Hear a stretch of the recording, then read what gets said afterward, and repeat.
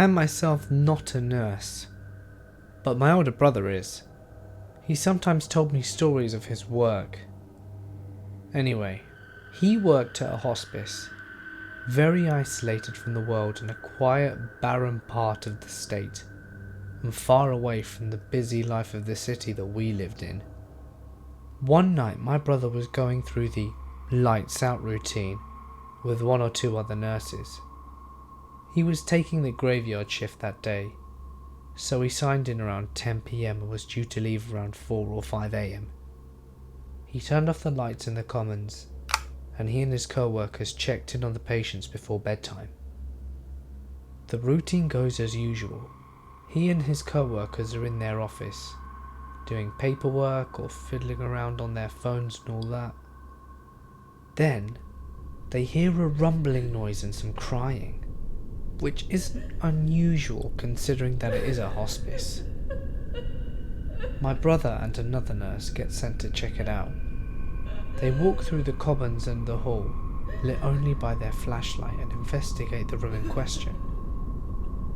My brother knocks on the door and asks the woman if she's okay, and that if she doesn't respond in 10 seconds with an answer, they will enter to help her. She replies by emitting the screams of the damned in hell. My brother and his partner nearly wet themselves and sprint back to the office. The screams stopped as soon as they entered. According to all other patients the morning after, they did not hear anything that night. And he does no longer work at that hospice anymore. I was working for the security team at a hospital, and an old guy came into the ER. He said he hated hospitals and he would not die in one.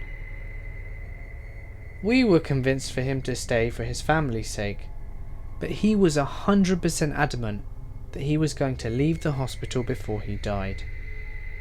Anyway, he lost consciousness and was moved to the ICU unit. His family came and visited, they got what they needed, they said what they needed, and they left to go get some food and meet with some guys from out of town that were just arriving. It was then that security got a call that the man had got out of his bed, walked towards the stairs or elevator, and was missing. The security office was right next to that area, and I was on break, so I was the first one on the scene.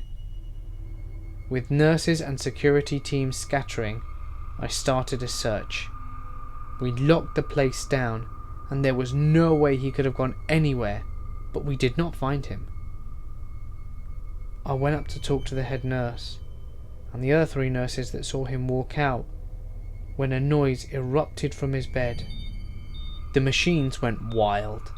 He was crashing in his bed. Now, let me get something clear. Multiple witnesses saw him leave, yet he was laying there, crashing, dying. A code blue was not called, as he had a DNR. We still can't figure out how multiple people, including the nurses and a family member of another patient, saw him leave just a minute or 2 before actually dying. All I could think of was his dying wish not to die in that hospital. The hospital administrators told us that it's not the first time something like that has happened. I work as a teletech whilst I'm in school, and when the unit secretary leaves for lunch, I'll cover the desk at the same time since it's right outside the telly room. I was sorting the heart rhythm strips and someone walked up to the desk and said he was looking for the exit. I pointed in the direction of the exit right as I looked up to acknowledge him standing there and saw he was in a gown with a wristband. So I asked him for his room number and to wait here whilst I called his PCA to walk him downstairs. I called the PCA and gave her the room number. She told me, "That can't be right. The patient died about 20 minutes ago. Was it his family? I told her that he had a wristband on, but maybe I heard or was given the wrong number. She came to the desk to cover the monitors for me, and I went to go peek into the room he told me, just to see if it was the wrong room, and to find the room which he was in. Sure enough, laying dead in the bed was the same guy who walked up to the desk no longer than 10 minutes before I went in there. I work at an old military hospital. When I first started on the floor, someone told me how patients who stay at the end of the hall frequently see a little girl. I guess our unit used to be the paediatric part of the hospital. Anyway, one night I hear my patient screaming. He's awake, alert and completely oriented with absolutely no psych history. When I get to the room, I'm asking what's going on, and he just replies, "A little girl just walked into my bathroom." I'll be honest, I noped out of there. I usually work day shift, but had picked up night shift because they were short-staffed. We only had a handful of people working at night, so it was pretty quiet. So, I'm sitting at the far end nursing station, which is at the end of the back hallway. I hear a call light go off, which I remember thinking was quite strange because the resident who lived in that room had end-stage dementia and didn't move much. So, I go to the room and the blinds were moving and the patient looked like she was sleeping. I called her name and she didn't respond, which was her baseline, but then I put my hand on her shoulder and she was dead cold. I turned the call light off and turned the light on. She had passed away from the coolness of her skin and stiffness. I think it had been a while. I then went to find a CNA to help with her. I also figured the blinds were moving because of our old heater that sat under the blinds. I go back to my desk to check the chart for funeral information, when all of a sudden the call light goes off again. At this point, I thought maybe the CNA was calling me to the room, so I walk up and down the hallway looking for them. I then cancel the call light from the nurses' station. There was no one around except for sleeping residents. I went to the front nurses' station when one of our CNAs was sitting reading a book. I told her what happened, and she said she'd been there the whole time. We head back down the hallway to find the light going on and off again, and the door shut. Maybe I had shut the door, and maybe the heater was still moving the curtains, but I never quite understood the call light. I truly believe she was letting us know that her soul was free from her body, and that she wanted to say goodbye to us. She was a long-term resident who never had visitors, and I truly think we're all she had at the end. I'm not a medical professional myself, but I did spend a lot of time in a hospice house last year, and I want to relate something that one of the nurses told me. I was there with my brother who'd driven overnight to be with my mum during her last days. She was still pretty lucid at that point, and I need to add that my mum died of colon cancer, so there was no dementia or anything that would have mentally impaired her. We were just sitting with her, talking quietly, even laughing a little with her. We were all okay in spirits considering the circumstances. Suddenly, she began slowly counting 1, 2, 3. and pointing her fingers to a different spot in the room with each number. We of course asked her what was going on, and a nurse came to the room about the time. She'd gotten up to about 12. by that point, and I'll never forget her response. "Just how many people are here? How did you and Andy get so many people here? And I know them all. She actually looked so happy when she said that, and so pleased, as if we planned some kind of party for her. We just kind of smiled and nodded.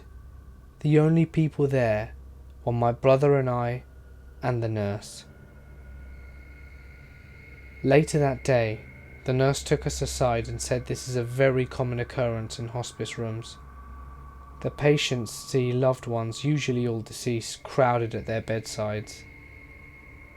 She said sometimes family members and staff see them too. I was taking care of an elderly patient. A very, very elderly patient. Actually, the oldest person I've ever taken care of. I don't remember why she was admitted, but it was minor and she was due to go home next day. She was awake and alert and a very sharp lady. She and I were having a nice little chat and I was getting ready to wrap things up when she said, I just want to know who that little girl is who's standing behind you. The hair on the back of my neck raised up. I ran through a quick assessment again. She knew who she was, she knew where she was, she knew what year it was, why she was in the hospital, and yet she was seeing invisible children in her room. What? I assure her that no one else is in the room with us. She was a bit confused and perplexed about it. So I go out to the nurse's station and have the "My patient is hallucinating ghost children, please help" conversation with my nurse in charge. And she goes, Oh, your patient in room 26? "Yes," I reply. Oh yeah, I figured.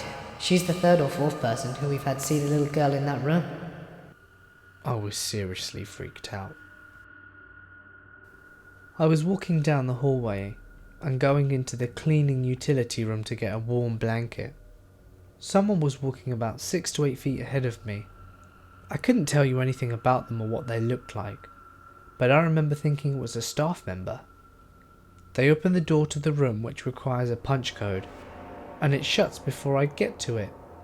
Mildly annoyed that they didn't even hold it open for me, I opened the door, and nobody is in there.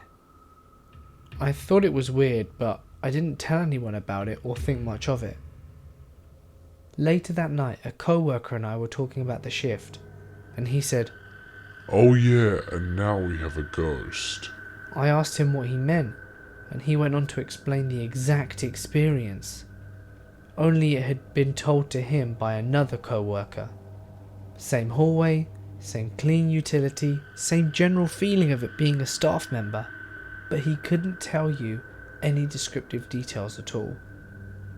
It has since happened to 3 or more people in the last year or so. I work on an adult oncology unit, where unfortunately we have a lot of comfort care patients. The majority of them will transition to hospices where they live out their final days. But sometimes they don't quite make it and pass away whilst they're still in the hospital. We have most deaths in the hospital on our unit, and a lot of floats don't like coming up to our floor because Everyone dies. we all love it though, and we wouldn't have it any other way. There's so much love between the nurses and our patients, and we really get to know them. When people pass, we've noticed that, unsurprisingly, it comes in threes. We'll go a few weeks with no one passing away. Most people will successfully make it out of there and go to hospices, only to have a week or two where we'll get about 3 to 6 deaths. Anyway, one week we had 2 patients pass away in one night. One of the patients was in room 8. She was really near and dear to our hearts, and it was a rough time for everyone involved. She'd been on our floor for a long period of time, and we watched her go from a spry old lady to basically wasting away in all aspects. She passed at night, and by the next day there was a new patient in her room. I was doing the new admission with the patient and going over the room orientation stuff. I explained that she had a one-stop shop remote which controlled the lights, TV, radio, and had the call light on. Right as I was finished explaining to her that the TV buttons are right here, I set the remote down on her bed, and instantly the TV turned on by itself.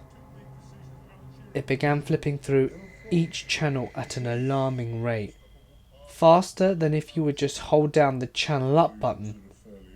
She was a little older, and thankfully was not observant, and thought I was doing it.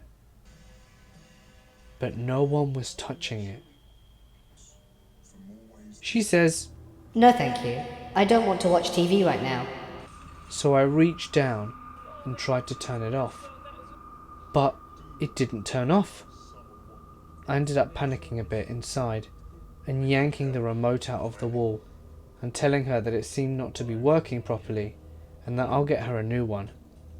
The TV still wouldn't turn off after I unplugged the remote from the wall, and normally it would all be connected and not work if it wasn't plugged in properly. I ended up having to walk to the TV and manually shut it off. So I headed down there, telling her I'd be right back. And when I went to the nurse's desk to grab another remote, I ran into another nurse. She was grabbing another remote too, which was odd. We just got a new shipment in as well, and they were all normally working properly. We rarely had to replace them anymore, and I asked her if the remote was broken too, and she said that hers was acting up. I asked her which room she was in, and it was another room that a patient had passed in the night before. The TV remotes were uncharacteristically acting up from across the wing at the same time in the same rooms that people had died in the night before. Freaky. The last place I worked, like so many other wards here in Denmark, had a 6-hour room where dead patients stay for 6 hours before they're checked again for signs of death and moved to the morgue. Not sure if this is a thing in other countries. The patients are required to have a call line within reach in case they wake up and are in fact not dead. So there are 5 or 6 call lines in the room. Anyway, it was an ER and we had a fair amount of dead patients wait in that room over the years. Every now and then, and usually during the night shift, the call light would go on from that room without any patients ever being there. You have to go down there to turn it off again, and sometimes they would turn off again by themselves just as you were leaving the room. Creepy as hell. I never liked going down there alone. The air was really thick and tense. Technicians came and checked the connections and stuff, but everything always worked perfectly without any problems. It's extremely weird. Hey guys, it's Mort here, and thank you so much for listening. I hope you enjoyed today's video, as these are some of my favourite types of stories. Please remember to like and subscribe if you want to keep up to date with my latest content. And also, if you have a story related to hospitals, or any story for that matter, I'd love to hear it. So why not share it in the comments or to my email in the description below, so that it can make its way into a future video. Lastly though, thank you so much for 800 subs guys. I'm really grateful to each of you for tuning in every time I upload. It really means a lot, and I'm glad so many of you are liking the content I make. And in case you missed them, here are some links to some of my other videos on screen now. Go on, give them a click. But anyway, for now guys, I'm going to sign off. Wishing you a great weekend, and I'll catch you in the next one.